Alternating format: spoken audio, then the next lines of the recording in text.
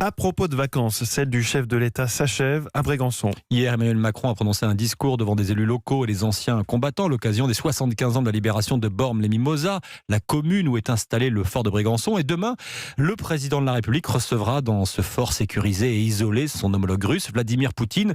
Retour sur quelques rencontres restées célèbres au fort de Brégançon avec ce sujet d'Adrien Becht. À l'ombre des pins de la forteresse de Brégançon, au cœur de l'été, des pages de la diplomatie se sont écrites. 14 août 2008, invasion éclair de la Géorgie par les troupes russes.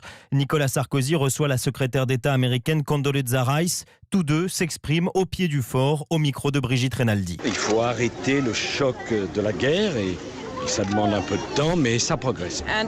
Et maintenant, je vais aller en Géorgie. C'est important que ce conflit s'arrête pour que les Géorgiens puissent retrouver une vie normale. Quelques jours plus tard, les chars russes quittent la Géorgie. La guerre, il en était déjà question en août 1985, guerre froide cette fois. Dos à la mer, Helmut Kohl, François Mitterrand conviennent de la mise en place d'un téléphone rouge entre Paris et Berlin. Nous avons donc posé les problèmes de sécurité. Wir haben uns also mit den Sicherheitsfragen befasst.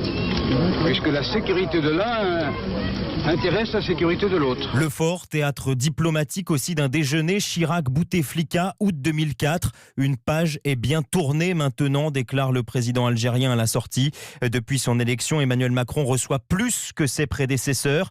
Theresa May l'an dernier, Vladimir Poutine demain, dans un lieu, selon l'Élysée, plus propice à la discussion avec le président russe. Et à propos de Vladimir Poutine, l'Europe doit dialoguer avec la Russie, laquelle doit faire des efforts, avait résumé en juin dernier Emmanuel Macron.